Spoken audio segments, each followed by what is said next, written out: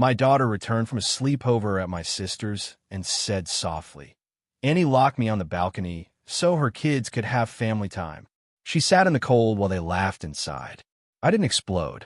I drove over, rang the bell, took back my keys and papers, and said, "Family time ends with my money." That night, I cut off rent and insurance.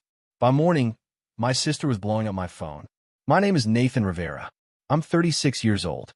For most of my adult life, I've been the person everyone calls when the rent is short, when the car breaks down, when the vacation needs funding. I'm not rich. I'm a logistics coordinator at a shipping company. I make decent money, but nothing flashy. The difference between me and my younger sister Karen is simple. I save. She spends. I plan. She expects. Growing up, Karen was the golden child. 3 years younger than me, with bright eyes and a smile that made our parents forget she never finished anything she started. College lasted 1 semester. 3 different jobs in 2 years. 2 failed business ideas that drained mom and dad's savings before they passed. And through it all, I was the safety net. The quiet older brother who wired money, co-signed leases, and never complained. When our parents died 4 years ago, they left the house to both of us. Karen wanted to sell immediately and split the cash. I wanted to rent it out and build something stable. We compromised. I bought her out with money I had been saving for Sophie's college fund, gave her $30,000, and watched her blow through it in 8 months on a failed online boutique and a trip to Cancun with her 3 kids. Sophie is my daughter. She just turned 9 last month. Bright, quiet, thoughtful in ways that break my heart sometimes. Her mother left when Sophie was 2, and it's been just the 2 of us ever since. Sophie loves her Aunt Karen, loves her cousins. Every few weeks, she asks if she can have a sleepover at their place, and I always say yes because I want her to feel connected to family. I want her to have what I never really had, a sense of belonging. Karen lives in a 2-bedroom apartment in a newer complex about 20 minutes from us. I cover her rent, $1,400 a month. I also keep her on my car insurance because her driving record is a mess. I pay her phone bill because she's on my family plan. I've been doing this for 3 years. When I took over these payments, she cried and hugged me and told me I was saving her life. Her kids needed stability. She would pay me back when her new photography business took off. The photography business lasted 4 months, but I kept paying. I told myself it was for her kids, for my niece and nephews, that they shouldn't suffer because their mom couldn't hold down a job. Sophie loved going over there. She'd come home with stories about movies they watched, games they played, snacks they shared. It made me happy. It made me feel like I was doing something right. Last Friday, I dropped Sophie off at Karen's place for a weekend sleepover. Karen's kids were excited, bouncing around the doorway. Karen hugged Sophie, thanked me, and told me to enjoy my free weekend. I waved, drove home, and spent Saturday cleaning the apartment and catching up on work emails. I figured Sophie was having a great time. I figured she was safe. Sunday afternoon, I picked her up at 3. Karen's door opened, and Sophie walked out slowly, holding her little backpack with both hands. She didn't run to the car like she usually did. She didn't smile. She climbed into the back seat, buckled herself in, and stared out the window. I asked her if she had fun. She nodded. I asked her what they did. She shrugged. I glanced at her in the rearview mirror. Her face was pale. Her hands were folded in her lap, fingers twisted together. When we got home, she went straight to her room. I followed her. I sat on the edge of her bed and asked her what was wrong. She looked at me with those big brown eyes, and for a long moment, she didn't say anything. Then, in the softest voice I've ever heard from her, she spoke. Annie locked me on the balcony so her kids could have family time. I stared at Sophie, my brain trying to process the words she had just said. Locked on the balcony. Family time. I felt something twist in my chest, sharp and cold. I asked her to tell me exactly what happened. She took a breath. Her voice stayed quiet, like she was afraid of getting in trouble. On Saturday night, after dinner, Karen told all the kids they were going to watch a movie together. Sophie was excited. She loved movie nights. But then Karen pulled her aside. Tonight was special. Tonight was just for her kids. Just for the family. Sophie tried to smile, tried to understand, but then Karen opened the sliding glass door to the balcony and gestured outside. My hands curled into fists. Sophie asked how long she'd be out there. Maybe an hour, Karen told her. Not long. Sophie stepped onto the balcony. It was cold. She was wearing jeans and a t-shirt. Karen slid the door shut behind her. And then, through the glass, Sophie watched her lock it. I felt my jaw tighten. Sophie stood there, watching through the glass as Karen and her 3 kids settled onto the couch with blankets and popcorn. The TV lit up. They laughed. They passed the bowl around. Sophie knocked on the glass once, softly, and waved. Karen glanced at her, smiled, and turned back to the TV. 2 hours. Sophie sat on that balcony for 2 hours. The temperature dropped. She pulled her knees to her chest and wrapped her arms around herself. She could hear them laughing inside.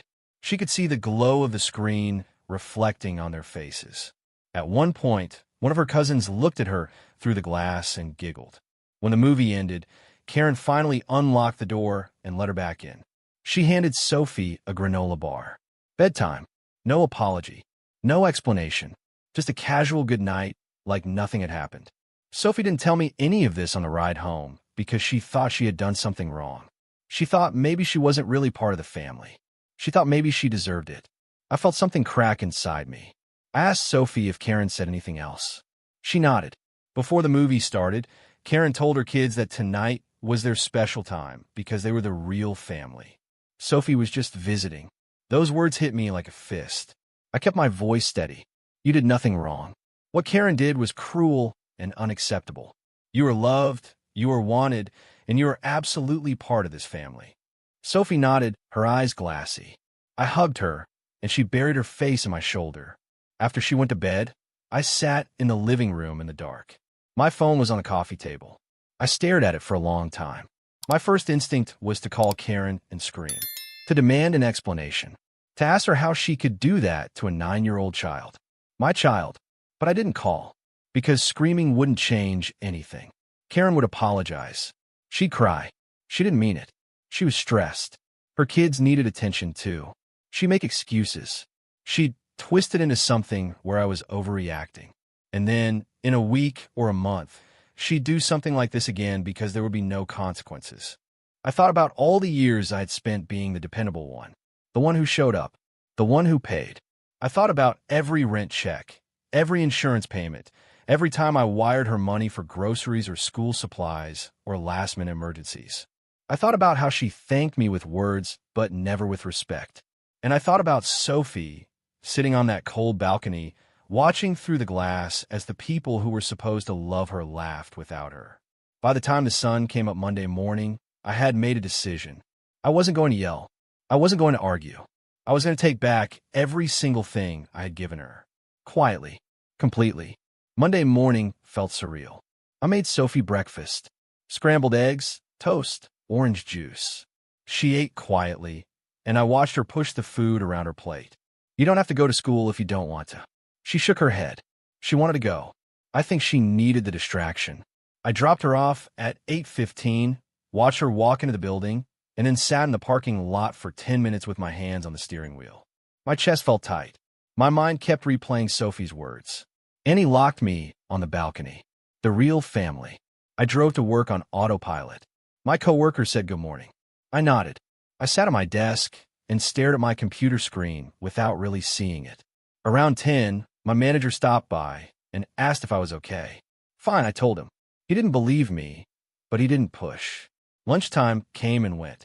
I didn't eat. I kept thinking about Karen, about how easily she had excluded Sophie, how casually she had done it like it was nothing, like Sophie was nothing. And I thought about all the years before this, all the times Karen had taken without asking, all the times she had promised to pay me back and never did, all the times I had covered for her, defended her, made excuses for her because I thought that's what family did.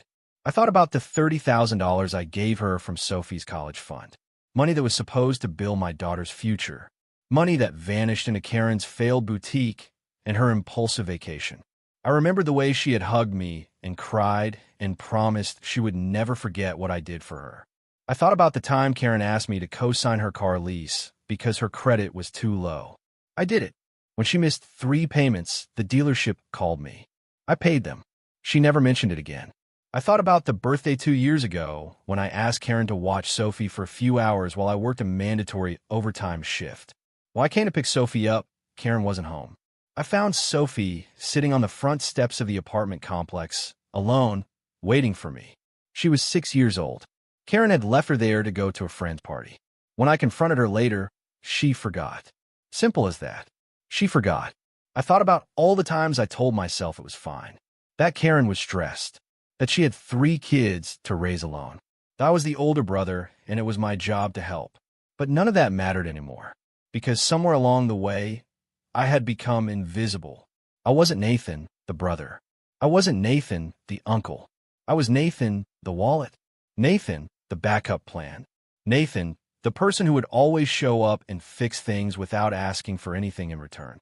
And Sophie had become collateral damage. By the time I left work at 5, I felt different, calmer, colder.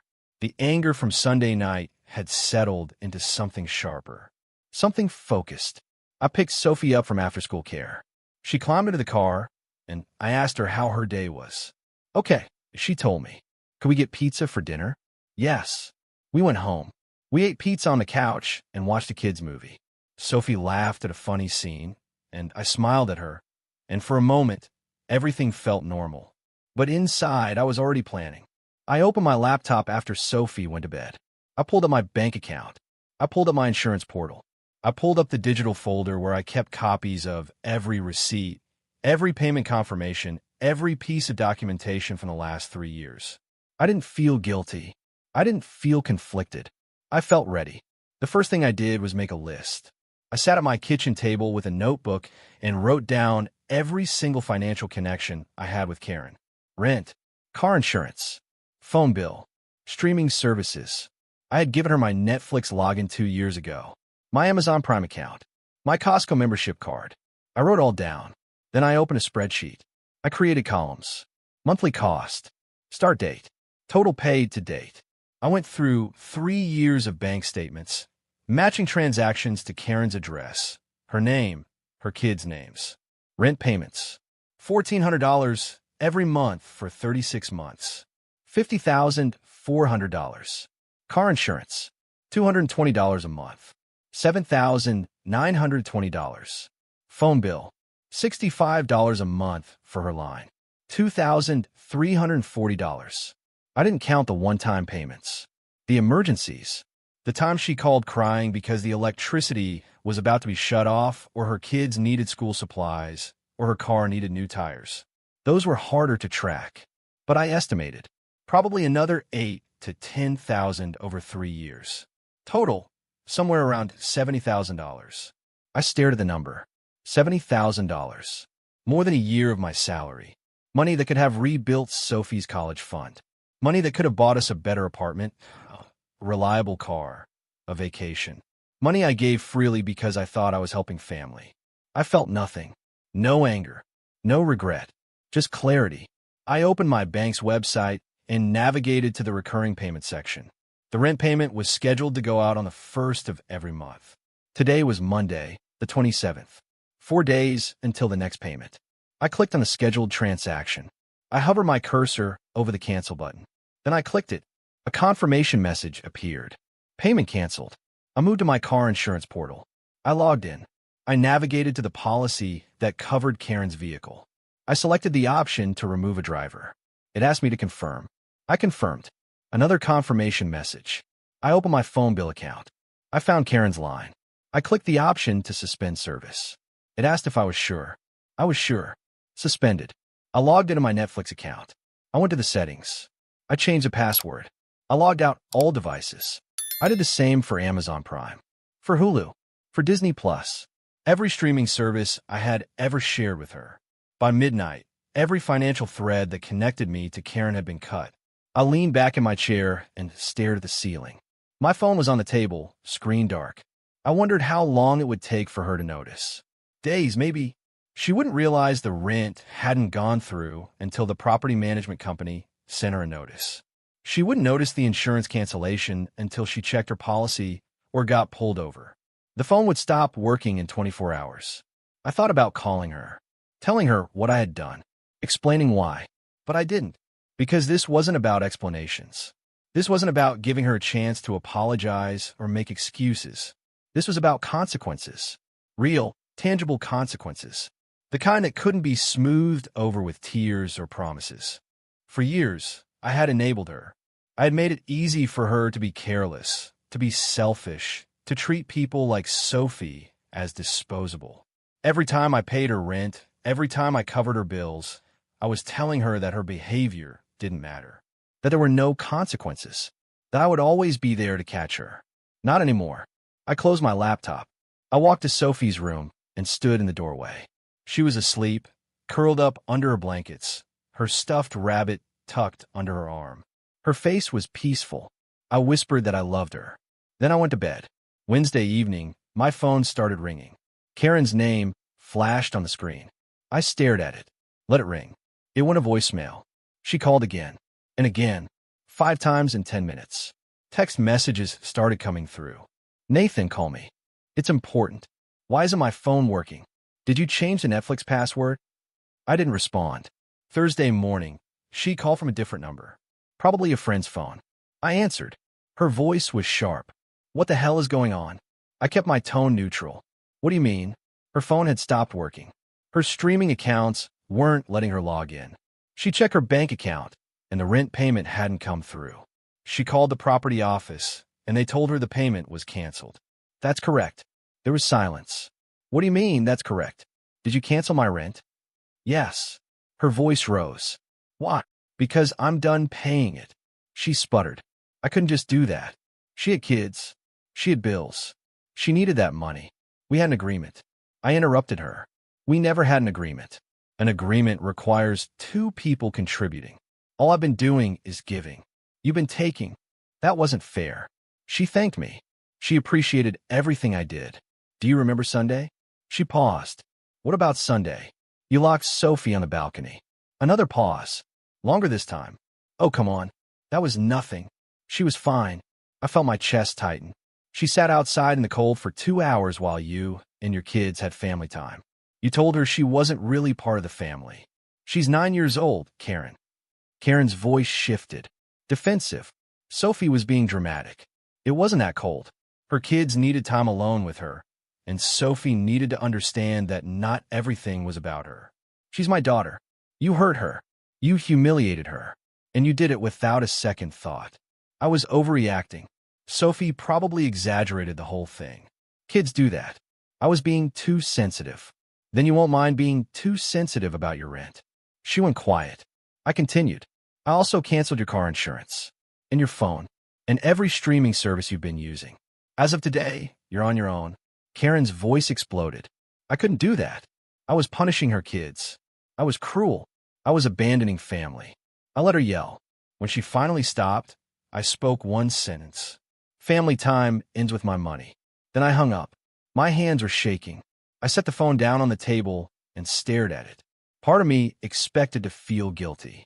Part of me expected to feel regret. I felt neither. What I felt was relief. Karen called again. I didn't answer. She left a voicemail. I deleted it without listening. That night, I drove to her apartment. I parked outside and walked up to her door. I rang the bell. She opened it, her face red, her eyes puffy. She started to say something, but I held up my hand. I need my spare key back. She blinked. I also need the folder I left at your place. The one with property documents and insurance papers. She stared at me. I'm not here to argue. I'm here to collect what's mine. She disappeared inside.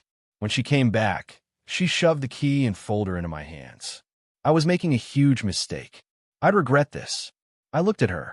I already regret 3 years of paying your bills while you treated my daughter like garbage. Then I turned and walked away. Friday morning, I took the day off work. I told my manager I needed a personal day. He didn't ask questions. I think he could tell something was off. I spent the morning at my kitchen table, surrounded by paperwork, bank statements, insurance documents, receipts, 3 years of financial records, printed out and organized into folders. I wasn't done yet.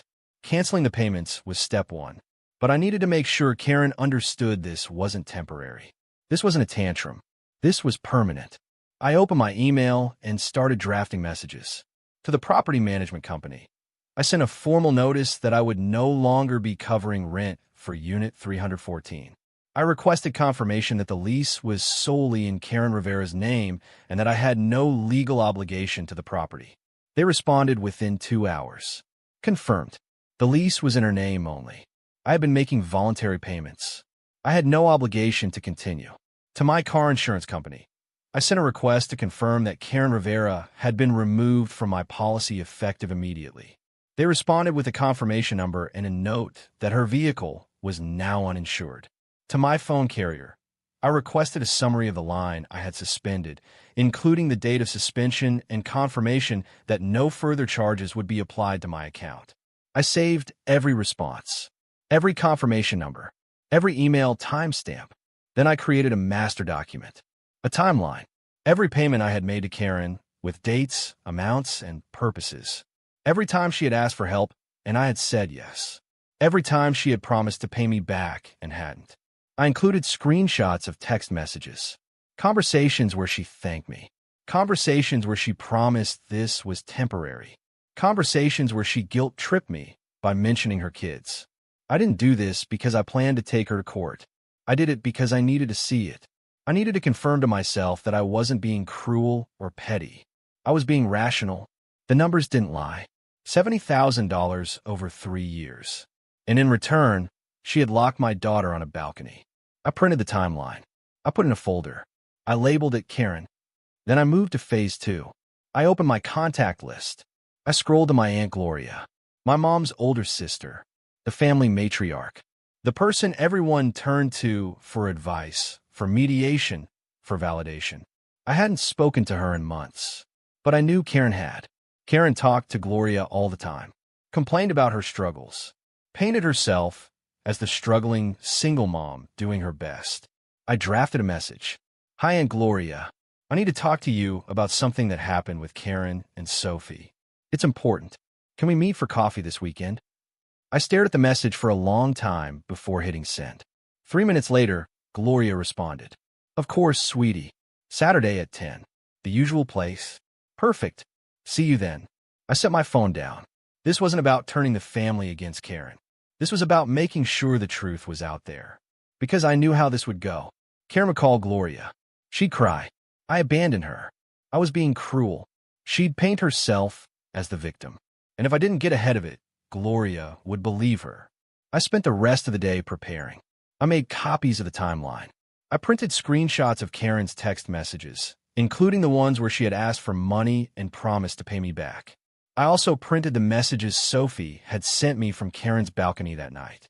Short, simple text from my 9-year-old daughter. Dad, were you picking me up? It's cold out here. Can you come get me? I hadn't known she was texting me from outside. I thought she was just checking in. But looking at the timestamps now, I could see she had sent those messages during the 2 hours she was locked out. I stared at those texts for a long time. Then I put them in the folder. By the time I went to bed Friday night, I was ready. The evidence was compiled. The timeline was clear. The truth was documented. All I had to do now was present it. Saturday morning, I met Aunt Gloria at the coffee shop on Maple Street. She was already sitting at a corner table when I arrived, 2 cups of coffee in front of her.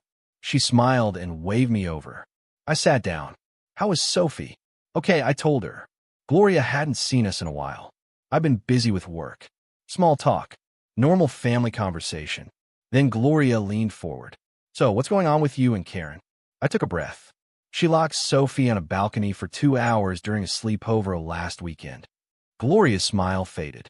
I explained everything. The family time comment. The cold. The way Sophie had watched through the glass. The lack of apology. Gloria's face tightened. Are you sure? That doesn't sound like Karen. I pulled out my phone. I showed her the text messages Sophie had sent me that night. The timestamps. The words. Gloria read them slowly. Her hand covered her mouth. I cut off her rent and insurance. I'm done paying her bills. Gloria looked up at me, shocked.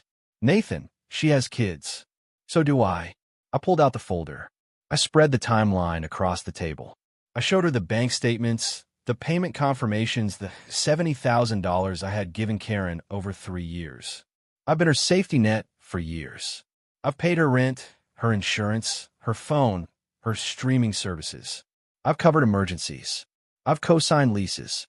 I've done everything I could to help her. And in return, she treated my daughter like she didn't matter. Gloria stared at the papers. Her voice was quiet. I didn't know you were paying all this. Nobody did, because I didn't want to embarrass her. But I'm done protecting her reputation while she hurts the people I love. Gloria didn't say anything for a long time. Finally, she spoke. What do you want me to do? I just wanted you to know the truth. Because Karen is going to call you. She's going to say I abandoned her. She's going to cry and play the victim. And I need you to know what really happened. Gloria nodded slowly. She already called me. I wasn't surprised. She told me you cut her off for no reason. She said you were punishing her kids. Did she mention why? Gloria shook her head. That's the difference between us. I take responsibility. She takes advantage. Gloria picked up one of the bank statements. She studied it. Then she looked at me. I'm proud of you for setting boundaries. But this is going to tear the family apart. The family was already torn. I'm just the first person willing to say it out loud. I left the coffee shop an hour later. Gloria hugged me before I went. She'd talked to Karen. By Sunday afternoon, I got a text from my cousin Lisa. She'd heard about what happened. Karen was freaking out because the property management company had sent her an eviction notice for unpaid rent. I didn't respond. Monday morning, Karen called me from another number. I answered. Her voice was shaking. The landlord gave her 7 days to pay or move out. Her car insurance had lapsed, and she got pulled over. She couldn't afford the fine. Her phone was still off, and she was using a friend's phone to call me. She was sorry. She didn't mean to hurt Sophie. She'd do anything to fix this. You had 3 years to treat us with respect. You chose not to. This is the consequence. She begged. She cried. Her kids would be homeless. You should have thought about that before you locked my daughter outside in the cold. I was cruel. I was heartless. No, I'm done being your ATM. I hung up. By Tuesday, I heard from Aunt Gloria again. Kara called her, sobbing. Karen was moving in with a friend temporarily. The kids were upset. Gloria asked if I felt good about this. I don't feel good. I feel free. Wednesday afternoon, I got a group text from Karen's number. She had sent it to the entire family. Aunts, uncles, cousins. Everyone. The message read, Nathan abandoned me and my kids. He cut off my rent and insurance without warning. My children might lose their home because of him. This is what family means to him. I stared at the message. Then I replied to the group. I attached the timeline, the $70,000 in payments, the screenshots of her broken promises, the text Sophie sent from the balcony. I wrote, this is what I did for her, and this is what she did to my daughter. I hit send. Within an hour, the group chat exploded. The fallout was immediate. Aunt Gloria called me that night. She'd seen the messages. Karen was furious. Half the family was angry at Karen for lying, and the other half was staying out of it. Gloria believed me. She was sorry she didn't see it sooner. My cousin Lisa sent me a private message. She'd had her own experiences with Karen. Money borrowed and never returned. Babysitting favors that were never reciprocated. She was glad I finally stood up for myself. I didn't respond to everyone. I didn't need to. The truth was out there now. People could make their own decisions. Karen sent me one more message 2 weeks later. It was short. I'm moving to Arizona. My friend offered me a place to stay. The kids start school there in January. I hope you're happy. I read it twice. Then I deleted it. I didn't reply. Sophie asked me a few days later if Aunt Karen was mad at us. Yes. Was it her fault?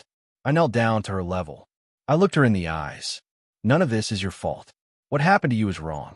And I will always protect you, even if it means other people get mad at me. She hugged me. I love you, Dad. I love you too, sweetheart. Life went back to normal slowly. I kept working. Sophie kept going to school. We had dinners together, movie nights, weekend trips to the park.